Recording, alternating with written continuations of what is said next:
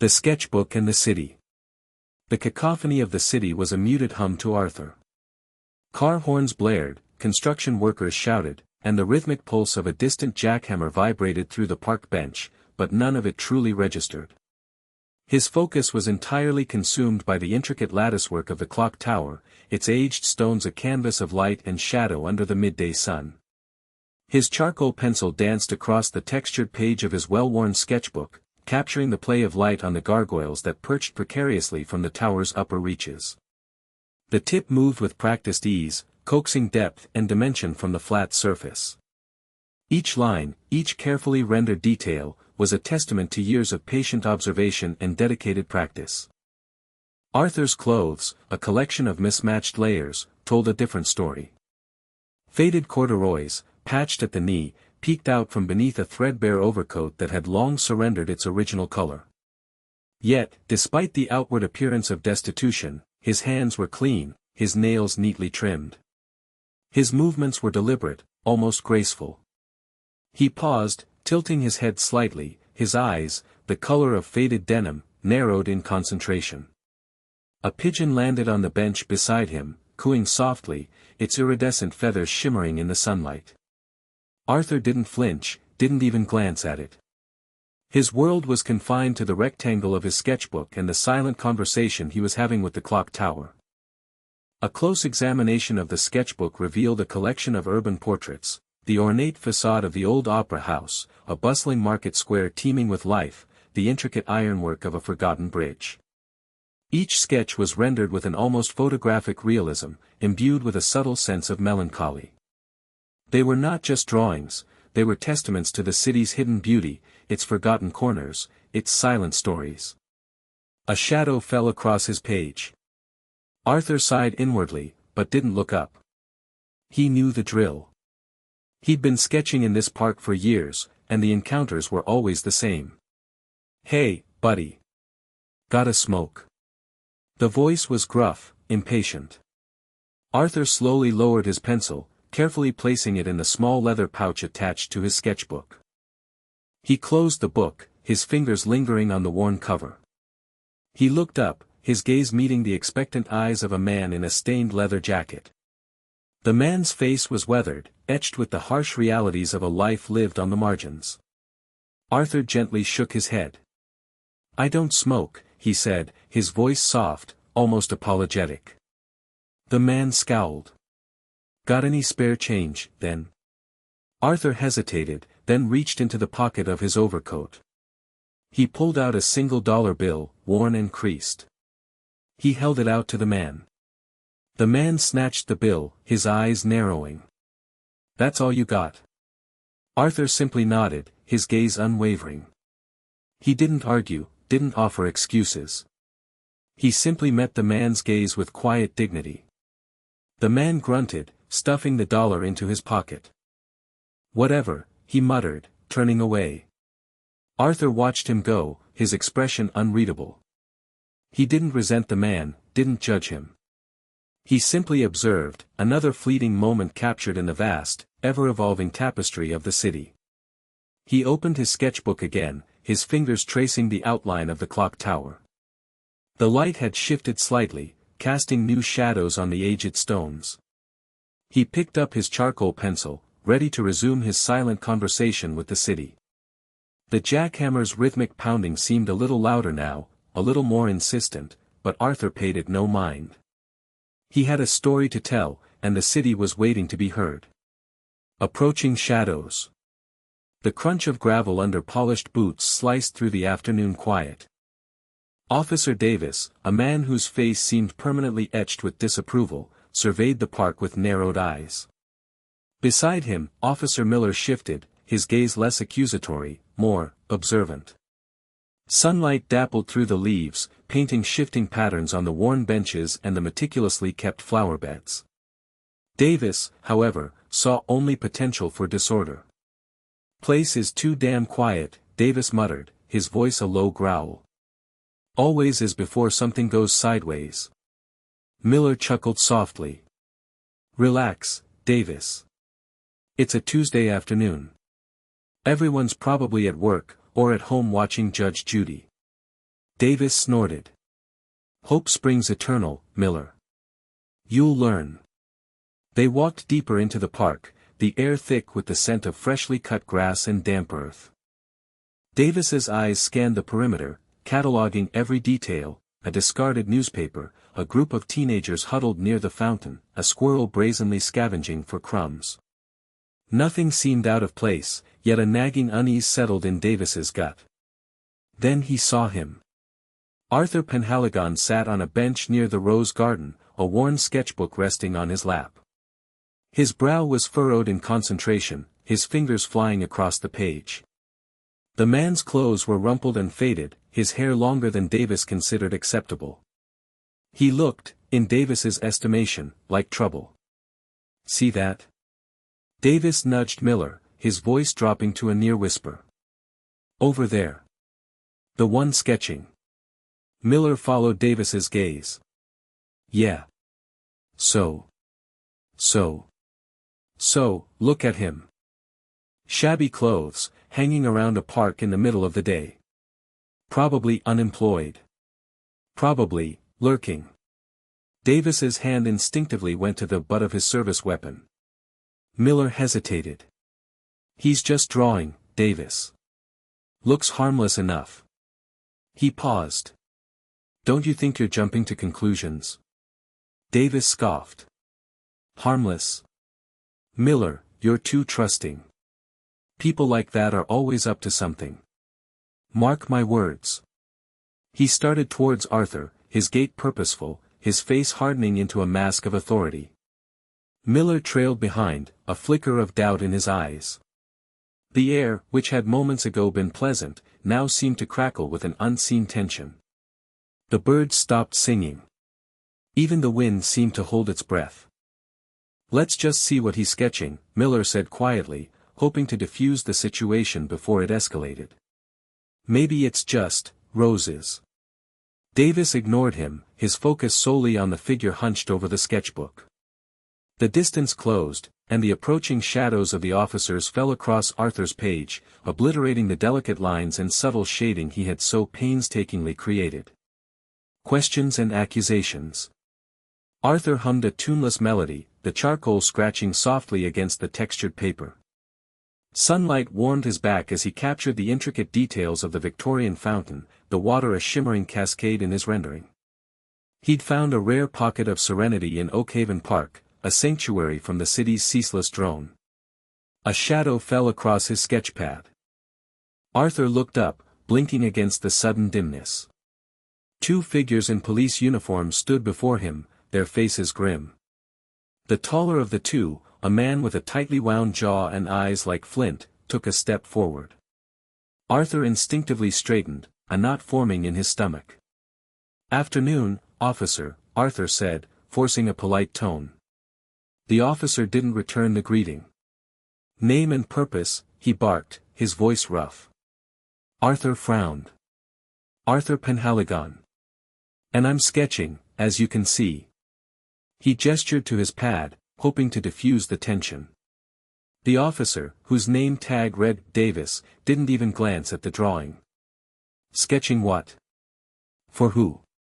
"For myself," Arthur replied, a hint of irritation creeping into his voice. "It's a hobby."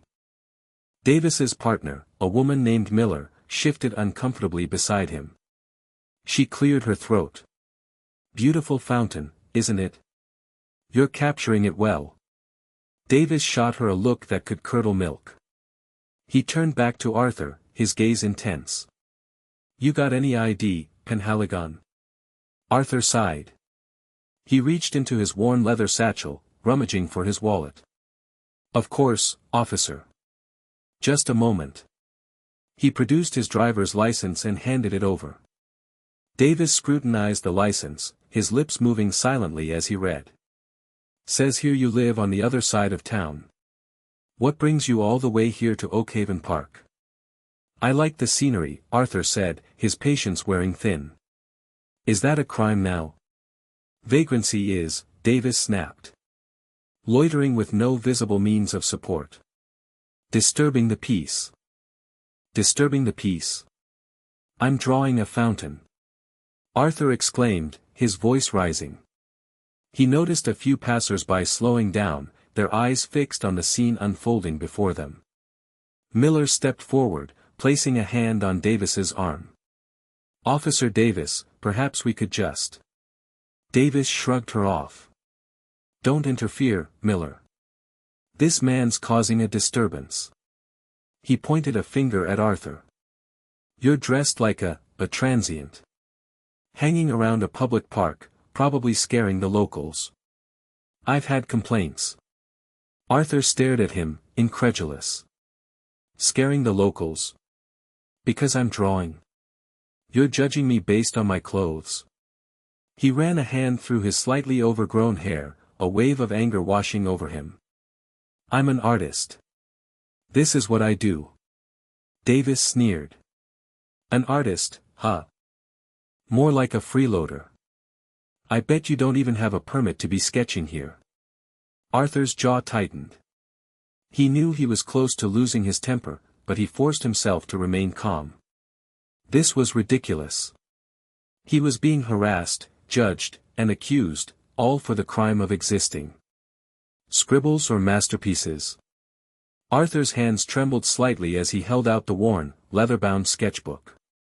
The afternoon sun, now slanting low, caught the graphite smudges on his fingers. These are what I was doing." Officer Miller took the book, his expression neutral.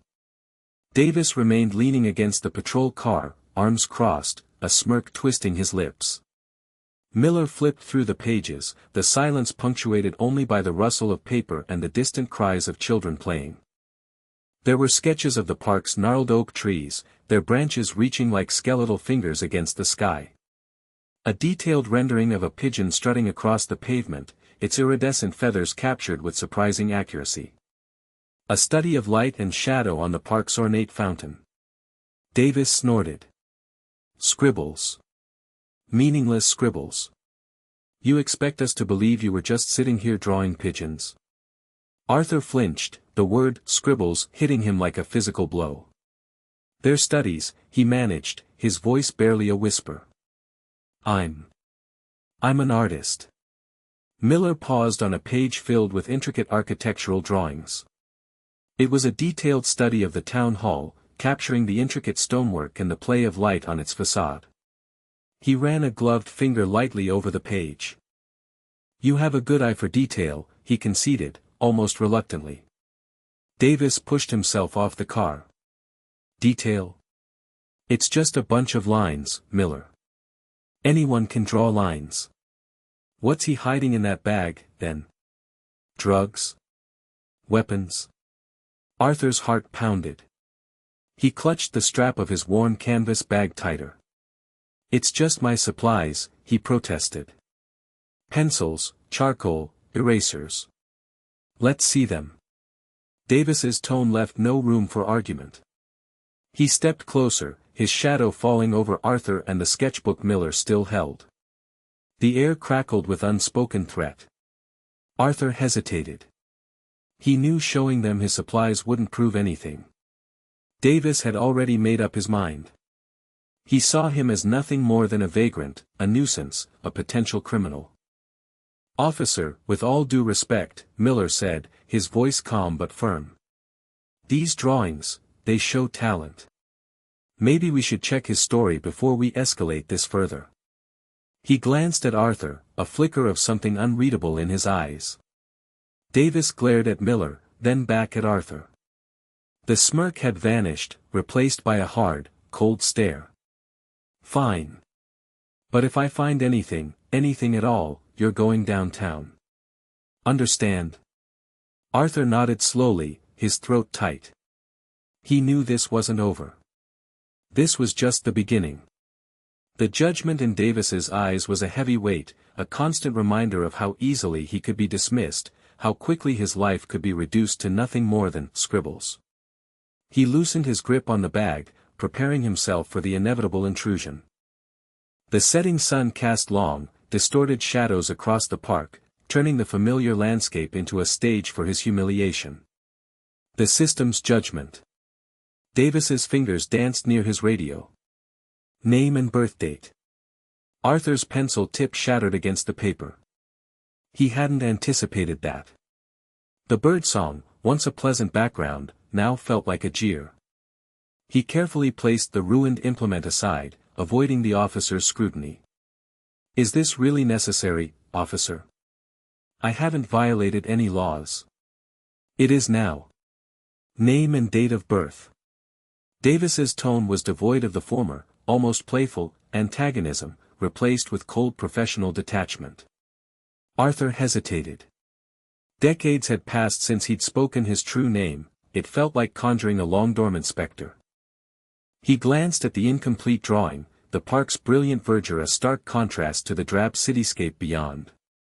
This exuberance felt like an act of defiance, challenging his carefully cultivated facelessness. Arthur Penhaligon, he revealed, the designation feeling alien on his tongue. October 27, 1963. A near imperceptible lift of Davis's brow was his only reaction. He made no comment, immediately tapping the information into his radio. The device buzzed, emitting bursts of white noise interspersed with Davis's concise, official jargon. Checking Penhaligon, Arthur. DOB, 102763. He paused, listening intently for the reply. The ensuing quiet stretch taut, each tick of time and age. A squirrel, oblivious, scampered across the path. A film of cold perspiration slicked Arthur's skin. What if something surfaced? Were the old warrants still valid? He'd meticulously, painstakingly buried that history. He fixed his gaze on Davis's face, seeking any hint of recognition, any indication that the system had dredged up some unwelcome relic. Davis's countenance remained a blank slate, a practiced mask offering no clues. The radio emitted another burst of static, a sequence of coded tones and whistles that meant nothing to Arthur, yet clearly held import for the officer. Davis gave a curt nod. "All right, Mr. Penhaligon," Davis announced, his voice noticeably lighter. He deactivated the radio and secured it to his belt. "Everything checks out. My apologies for the delay." He even offered a semblance of a smile, though it lacked warmth. Arthur exhaled, unaware he'd been holding his breath. The relief was profound, a tidal surge washing over him. He felt suddenly unsteady, his knees weak. "So, I'm free to go," he managed, his voice still gravelly. "Yes, sir. Just, be mindful of your surroundings when sketching. Some people are easily alarmed." Davis turned to depart, then hesitated, casting another look back at Arthur, his expression enigmatic. "Have a good day, Mr. Penhaligon." Arthur observed him go, the unease stubbornly lingering. The system had exonerated him, but the officer's gaze hadn't. He gathered his scattered pencils and the abandoned sketch, the vibrant green now less a dare, more a delicate safeguard. He needed to relocate, find a less conspicuous place to draw. He couldn't risk another such confrontation. The stakes were far too perilous. He rose and, after a final glance in the direction Davis had vanished, departed, fading back into the park's anonymity. An unexpected recognition. Officer Davis's voice was a low growl, cutting through the relative quiet of the park. "All right, Penhaligon. Let's try this again. Your date of birth." Arthur swallowed, the dryness in his throat making it a sandpaper rasp. He gave the date, the one he'd been trying to forget for the last decade. He watched Davis's face, a hard landscape of suspicion. The officer tapped at his tablet, the glow reflecting in his dark eyes. "Says here, Arthur Frederick Penhaligon. Born, correct date. No outstanding warrants. No known aliases." But, Davis paused, his gaze locking onto Arthur's. "The system also says this Arthur Penhaligon is a renowned architect. Award-winning, even. Doesn't quite match the picture, does it?" A wave of nausea washed over Arthur. The system confirmed his identity, yet the relief he craved was overshadowed by a gnawing unease. He was exposed, yet still doubted. Suddenly, a booming voice cut through the tension. "Arthur. Arthur Penhaligon, is that really you?" Arthur flinched, turning towards the sound. A figure was hurrying towards them, a large man in an impeccably tailored suit, his face creased with a wide, genuine smile. The man's silver hair gleamed under the afternoon sun. "Mr. Sterling?" Arthur stammered, his voice barely a whisper.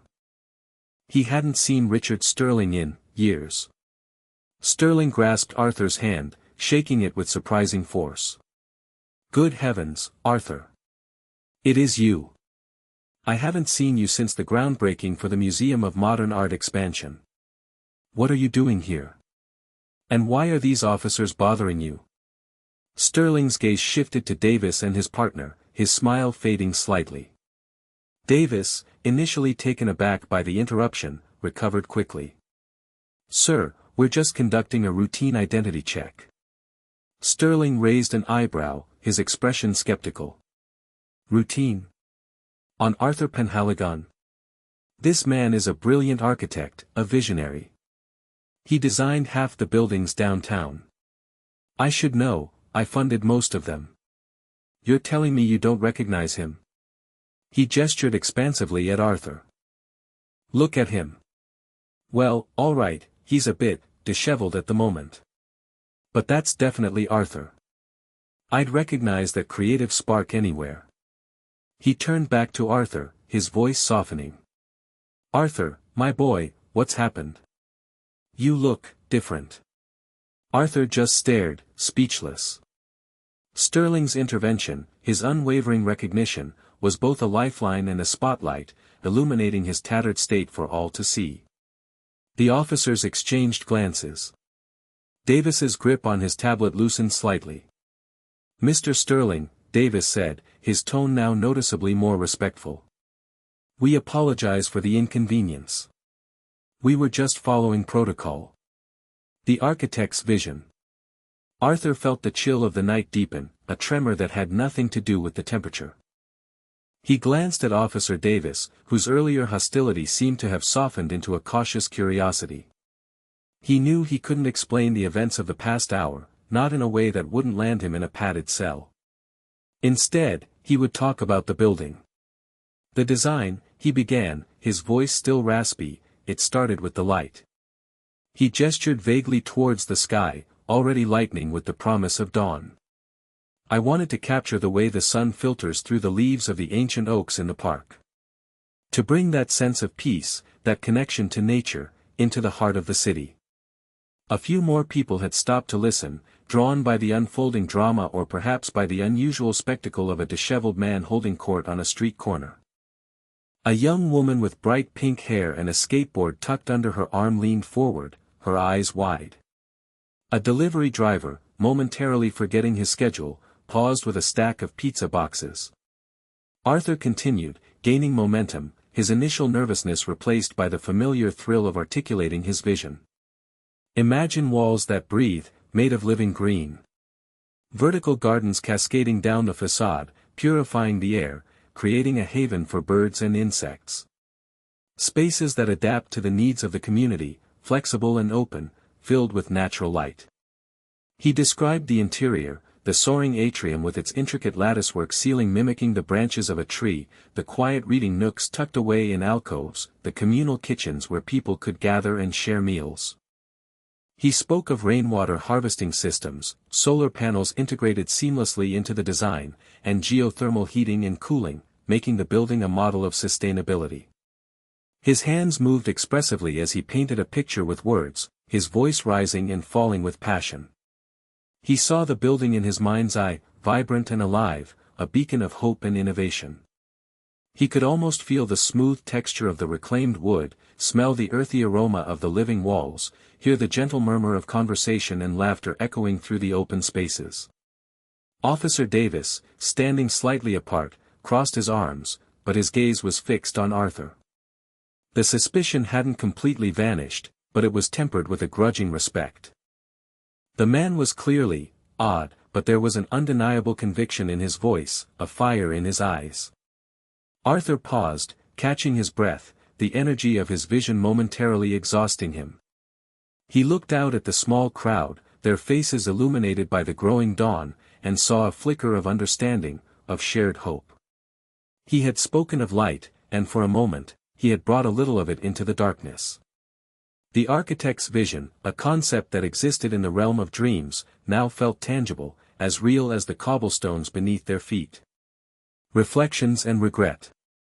The last tendrils of the vision faded, leaving a vacuum in the air, a silence broken only by the shuffle of feet and the occasional, hushed whisper. The crowd, mesmerized moments before, began to disperse. Not with jeers or taunts, but with a contemplative quiet, a lingering echo of what they had witnessed shimmering in their eyes. Many avoided Arthur's gaze, a few offered hesitant nods of acknowledgement. Miller swallowed hard, the taste of bile bitter on his tongue. He watched them go, each retreating figure a monument to his own misjudgment. He took a step towards Arthur, who stood shivering in the cool evening air, his tattered clothes doing little to shield him. Penhaligon.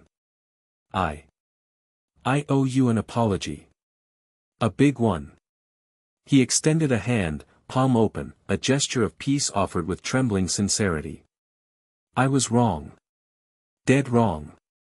About everything. Arthur looked at the offered hand, then up at Miller's face. He saw genuine remorse there, etched in the lines of his forehead and the droop of his mouth. He took Miller's hand, the grip surprisingly firm. Apology accepted, he said, his voice raspy. Davis lingered near the patrol car, fiddling with his belt. He watched the exchange between Miller and Arthur with a mixture of suspicion and something akin to respect.